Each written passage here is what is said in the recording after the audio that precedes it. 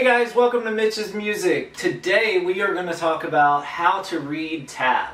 And this is a basic skill to have for just about any guitarist. Most guitarists never really learn to read music because there aren't many situations where a guitarist is forced to read music.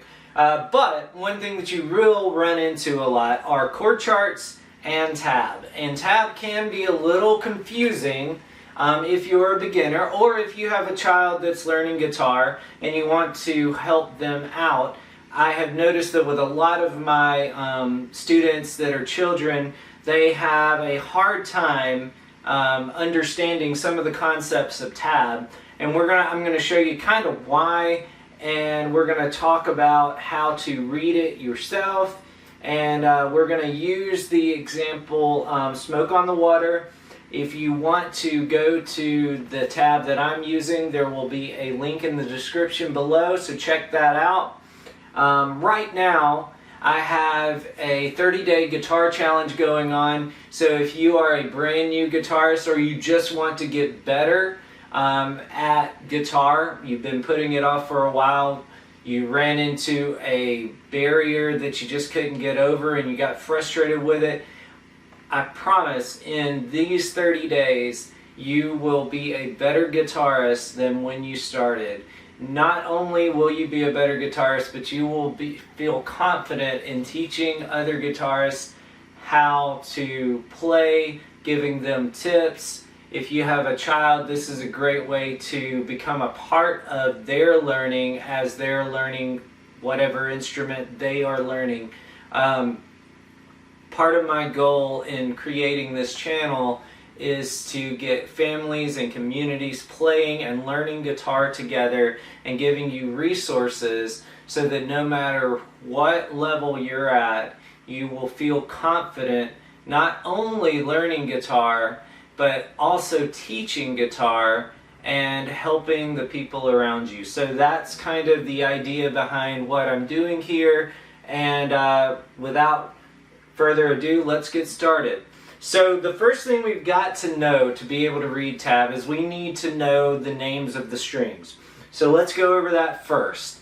Up here closer to the top, closer to my head, we have low E. Then the next one is A, the next one is D, the next one is G, the next one is B, and the next one is high E. Alright, so that's the basics of the strings, and so what you need to know is that tab is going to have a string that represents each one. So if you are looking at the picture below, you'll notice that closer to the floor is the low E. The low E is represented by a capital E. And if you notice at the top is the high E. And the high E is represented by a lowercase e.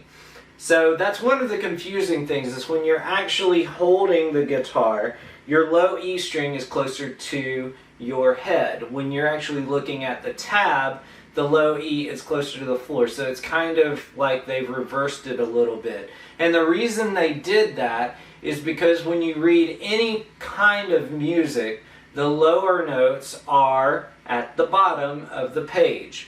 So they were just putting the notes in the order from lowest to highest. So the lowest start at the bottom, the highest go to the top. So low E's at the bottom, high E's at the top. But on your guitar, low E is at the top and high E is at the bottom. So you can see how that can kind of get confusing. Now the next thing that you need to know, so you've got all of the strings, you've got E, A, D, G, B, E going up to the top. Then the next thing, what are the numbers for? So the numbers are going to represent frets. So on this example, there is a 3. That means that it would be on the 3rd fret. And also on this example, they're doing 2 strings at once. So if you're doing 2 strings at once, they're going to be stacked on top of each other. If they wanted you to play the strings separately, then they would be a little farther apart. like you will see in the graphic below. So we're going to play these notes together, and the 0, by the way, is just open. So 0 means no frets. So to play Smoke on the Water, you're just going to do 0, then 3, then 5, then 0, 3, then 6, then 5, 0, then 3, 5, 3, 0.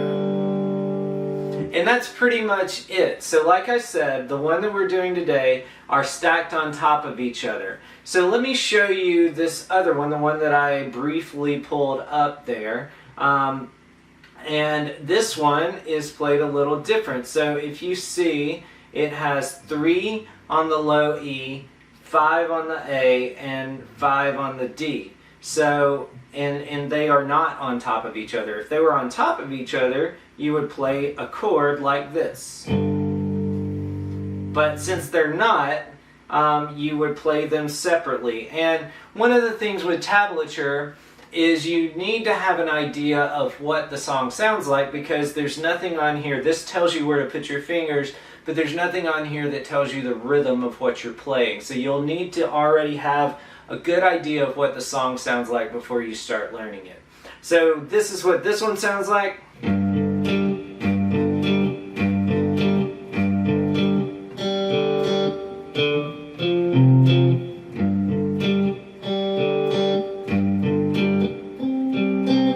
Alright, so I don't quite agree with the way that they wrote this one, but like I said, I just pulled this one up, and I was trying to do an example of this, the different types of tab that is out there. So what I'd like you to do is pick a song that you would like to learn and find the tab for it. There is a lot of cool riffs out there that use tab. If your song has a lot of chords in it, most likely you're not going to see tab unless it has a memorable melody, kind of like Smoke on the Water or Crazy Train or Center Field by John Fogerty, or basically any song that has a melody in the guitar part is going to need a tab.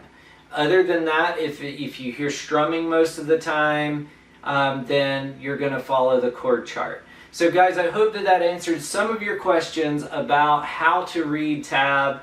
And if you have any questions, leave those in the comments below.